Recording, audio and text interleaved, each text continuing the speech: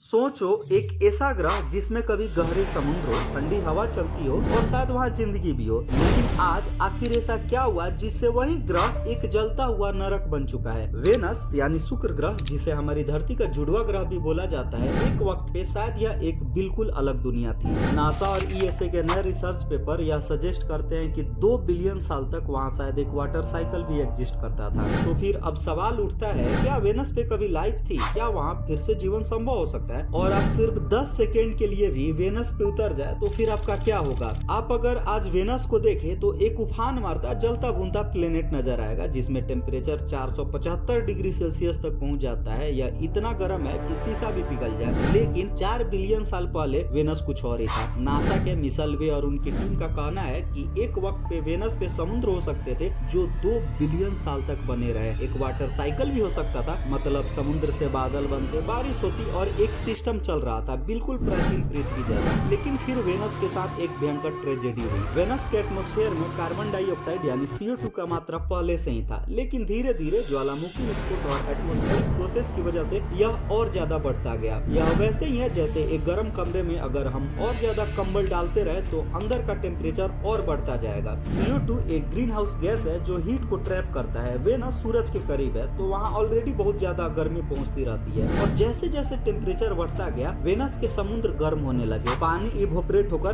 भाप में बदलने लगा। और आप जानते हैं वाटर वेपर भी एक जबरदस्त ग्रीन हाउस गैस की तरह काम करता है। इस वजह से वेनस और ज्यादा गर्म होता गया और एक रनवे ग्रीन हाउस इफेक्ट चालू हो गया, जिसमें हर एक नया स्टेप पिछले स्टेप से और ज्यादा हीट जनरेट करता गया। एक वक्त आया जब सारा पानी एटमॉस्फेयर में इवोपरेट हो चुका था। लेकिन यहाँ एक और दिक्कत हो गई। वेनस का मैग्नेटिक फील्ड वीक था, जिस वजह से सूरज की अल्ट्रावायलेट रेडिएशन ने वाटर मॉलिक्यूल्स को तोड़ दिया। जो वेनस पर समुद्र थे वहीं धीरे धीरे एक गैस चेंबर में बदल गए। आज वेनस का एटमॉस्फेयर 96% कार्बन डाइऑक्साइड से बना है, जिसमें सल्फ्यूरिक एसिड के बादल भी शामिल हैं। आपको शायद लगे कि मर्क्यूरी सबसे ज्यादा गर्म होगा क्योंकि यह सूरज के सबसे करीब है, लेकिन ऐसा नहीं है। मर्क्यूरी का एक पतला एटमॉस्फेयर है जो हीट को ट्रैप नहीं कर सकता। इस वजह से वहाँ दिन में टेम्परेचर 430 डिग्री सेल्सियस होता है, लेकिन रात में -180 डिग्री सेल्सियस तक गिर जाता है। वेनस का एटमॉस्फेयर बहुत मोटा और डेंस है, जिसमें ग्रीन हाउस इफेक्ट इतना स्ट्रॉन्ग है कि वहाँ का एवरेज टेम्परेचर 467 डिग्री सेल्सियस है, जो मर्क्यूरी से भी ज्यादा है। वेनस एक वक्त पे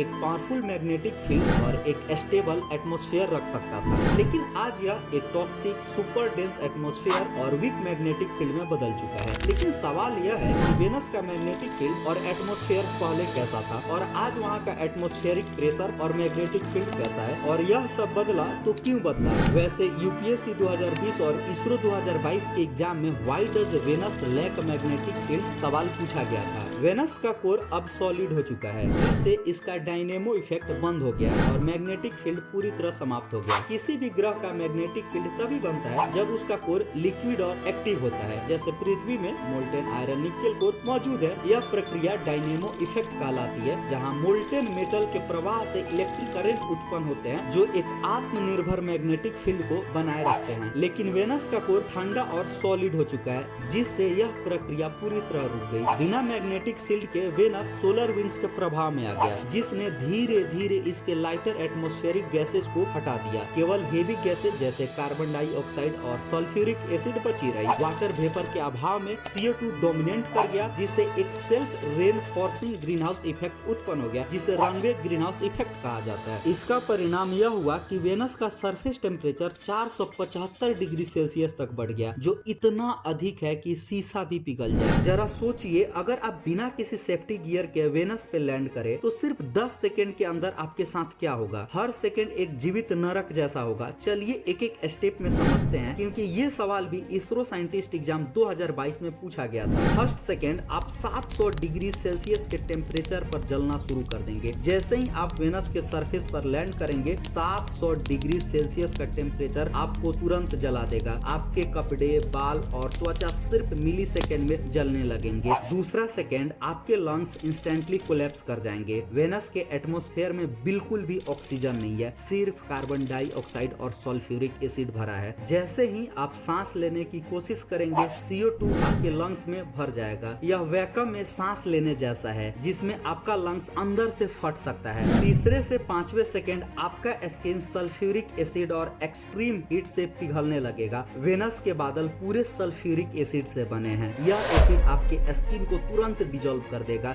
जैसे एक स्ट्रॉन्ग केमिकल स्पिल हो। साथ ही एक्सट्रीम हीट आपके बॉडी फ्लूइड्स को बॉयल कर देगी। पानी इंस्टेंट स्टीम बन जाएगा और सेल्स लिटरली फटने लगेंगे। छठे से 8वें सेकेंड में एक्सट्रीम एटमॉस्फेरिक प्रेशर आपको क्रश कर देगा। वेनस का प्रेशर अर्थ के मुकाबले 92 गुना ज्यादा है, मतलब यह सबमरीन के स्टील बॉडी को भी क्रश कर सकता है। आपके बॉडी के स्ट्रक्चर इतनी फोर्स से कंप्रेस होगा कि अंदर के ऑर्गन्स कोलैप्स कर जाएंगे। यह डीप सी डाइविंग सूट के बिना 1000 मीटर अंडर वाटर में जाने के जैसा है। 9th सेकेंड आप सिर्फ ऐश यानी राख बन चुके होंगे। इतनी एक्सट्रीम गर्मी, एसिड और प्रेशर के बाद आपका पूरा शरीर जल चुका होगा या लिक्विड बन चुका होगा। वेनस पे कोई मॉइस्चर या विंड नहीं है, इसीलिए आपका राख वहीं का वहीं पड़ा रहेगा, शायद हमेशा के लिए। 10वें सेकेंड आप ऑफिशियली वेनस के एक पार्ट बन चुके होंगे। आपके सभी ऑर्गेनिक मटेरियल कंप्लीटली डिस्ट्रॉय हो चुका होगा। आपकी बॉडी पूरी तरह वेनस के एनवायरनमेंट में मिक्स हो चुकी होगी। वैसे एक फन फैक्ट मैं बताऊं तो वेनस पर आज तक जो भी स्पेसक्राफ्ट भेजा गया है उनका भी यही हाल हुआ है। वेनेरा 13 सोवियत मिशन सिर्फ 127 मिनट तक सरवाइव कर पाया था। तो फिर एक बहुत बड़ा सवाल खड़ा होता है, क्या वेनस को टेराफॉर्म करना पॉसिबल है? टेराफॉर्मिंग का मतलब है किसी इनहॉस्पिटेबल प्लेनेट को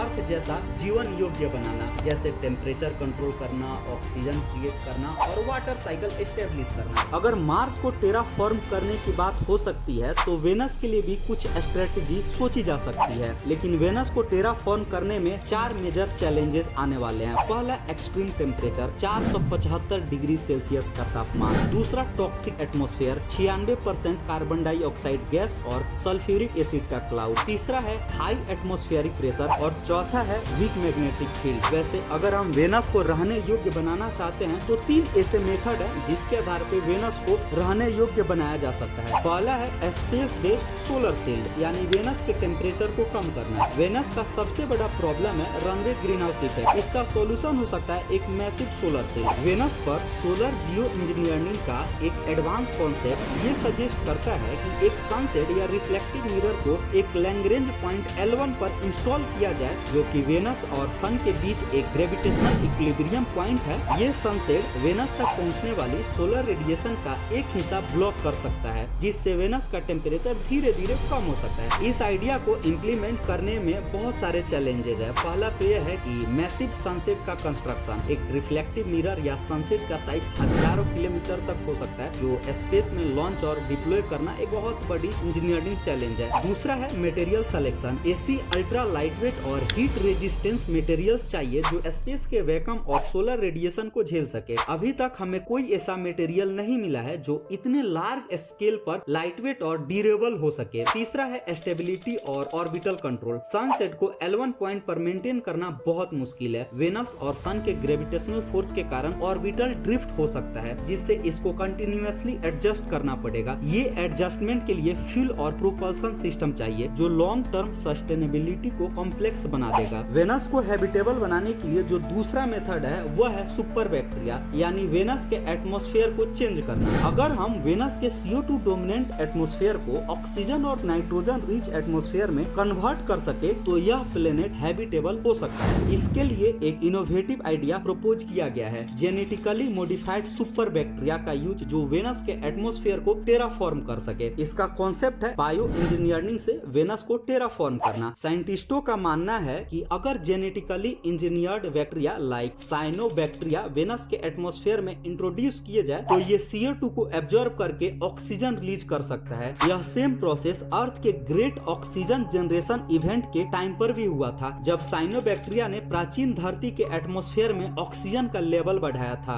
लेकिन इसमें सबसे बड़ा चैलेंज यह है, क्या वेनस के बैक्टीरिया सर्वाइव कर पाएंगे, क्योंकि वेनस का एटमॉस्फेयर कॉन्सेंट्रेटेड सल्फ्यूरिक एसिड से भरा है जो किसी भी बायोलॉजिकल सिस्टम को डिस्ट्रॉय कर सकता है। इसीलिए बैक्टीरिया को एसिड रेसिस्टेंट बनाना होगा या एटमॉस्फेयर में पहले एसिड लेवल को कम करना होगा। बैक्टीरिया सिर्फ 60 से 70 किलोमीटर एल्टीट्यूड पर सरवाइव कर सकेंगे, जहां temperature earth like 30 degree Celsius है। वेनस के एटमॉस्फेयर में वाटर वेपर भी बहुत कम है, जो किसी भी फोटोसिंथेसिस प्रोसेस के लिए जरूरी है। वेनस को हैबिटेबल बनाने के लिए तीसरा जो कॉन्सेप्ट है वो है फ्लोटिंग सिटीज का। अगर हम वेनस के 50 किलोमीटर अल्टीट्यूड पर देखें तो यहाँ का इन्वायरमेंट अर्थ के सरफेस से मिलता जुलता है। टेम्परेचर 25 डिग्री सेल्सियस तक होता है, जहाँ ह्यूमन सर्वाइव कर सकता है। एटमॉस्फेरिक प्रेशर लगभग 1 बार होता है, जो अर्थ के एटमॉस्फेरिक प्रेशर के बराबर है। यहाँ का एटमॉस्फेयर हीलियम और नाइट्रोजन फिलेट स्ट्रक्चर को इजिली फ्लोट करने देता है, जैसे अर्थ पर हीलियम बैलून उड़ते हैं। इसी वजह से साइंटिस्ट फ्लोटिंग सिटीज का जो कॉन्सेप्ट है उसे प्रपोज कर रहे हैं। तो अगर हम इसे साइंटिफिक बेसिस पर देखें कि क्या यह पॉसिबल है, तो नासा का HAVOC mission high altitude Venus operational concept, यह एक फेज्ड मिशन होगा जिसमें पहले रोबोटिक प्रोब्स वेनस के ऊपर एटमॉस्फेयर को स्टडी करेंगे, फिर मैनेड एयर शिप्स को भेजा जाएगा, finally permanent floating habitable cities बनाई जाएगी। यहाँ ये सिटीज सोलर एनर्जी से चलेगा और सेल्फ सस्टेनिंग इकोसिस्टम डेवलप कर सकेंगे। वैसे वेनस के क्लाउड में सल्फ्यूरिक एसिड यानी H2SO4 के जो ड्रॉपलेट्स होते हैं, जो मेटल और प्लास्टिक को भी पिघला सकते हैं, तो ऐसे में यहाँ पे टेफ्लॉन कोटिंग या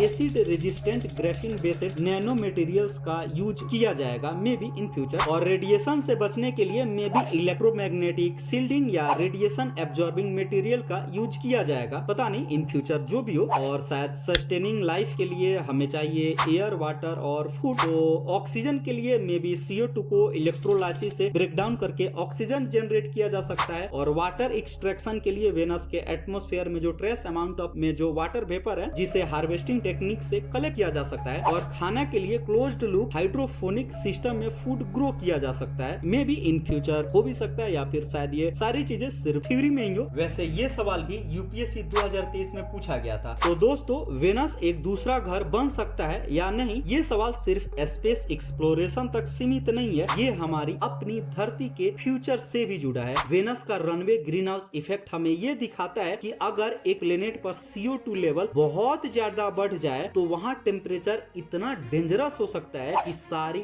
ओशियंस इवोपरेट हो जाए, एटमॉस्फेयर टॉक्सिक बन जाए और कोई भी जीवन सरवाइव न कर सके। पर क्या यह सिर्फ वेनस का प्रॉब्लम है? नहीं, अर्थ भी इसी डायरेक्शन में जा रहा है। आज अर्थ का CO2 लेवल फास्टेस्ट रेट से बढ़ रहा है। ग्लोबल टेम्परेचर 1.5 डिग्री सेल्सियस बढ़ चुका है। एक्सट्रीम वेदर इवेंट हर साल डेंजरस होते जा रहे हैं। साइंटिस्ट एस्टिमेट कर रहे हैं कि अगर हम पॉल्यूशन और कार्बन इमिशन को कंट्रोल नहीं करते तो अगले 500 सालों में अर्थ भी वेनस के जैसा बन सकता है। अगर वेनस पर जीवन ग्रीन हाउस इफेक्ट से खत्म हो सकता है तो फिर धरती पे क्यों नहीं? ग्लोबल वार्मिंग से ग्लेशियर मेल्ट हो रहा है, ओशियन हीट अप हो रहा है। क्या हम अपनी ही धरती को एक और वेनस बनाने में लगे हैं? तो फिर फ्यूचर के ये सबसे बड़े सवाल होंगे, क्या कभी वेनस पे लाइफ थी? क्या हम फ्यूचर में वहाँ जीवन बसा सकते हैं? और सबसे बड़ा सवाल कि क्या धरती फ्यूचर में वेनस बन सकती है? सोचिए, अगर हम कुछ ना करें, पॉल्यूशन बढ़ता रहे, ग्लोबल वार्मिंग अनकंट्रोलेबल हो जाए, कितने सालों में धरती का टेम्परेचर 100 डिग्री सेल्सियस तक पहुंच सकता है? ओशियन का वाटर कंप्लीटली इवोपरेट होने में कितना टाइम लगेगा? क्या फ्यूचर में अर्थ भी एक डेड प्लेनेट बन सकता है जिसमें सिर्फ टॉक्सिक गैस और एसिड रेन होगी? ये सब एक्सप्लोर करने के लिए हमारी नेक्स्ट माइंड ब्लोइंग वीडियो का वेट करें। और अगर आपको ऐसे ही जबरदस्त स्पेस और साइंस की मिस्ट्रीज पसंद है तो लाइक करें, सब्सक्राइब करें, बेल आइकन दबाएं और कमेंट में बताएं क्या हम फ्यूचर में वेनस को वापस जीवन योग्य बना सकेंगे। बहुत बहुत धन्यवाद इस वीडियो को देखने के लिए। जय हिंद, जय भारत।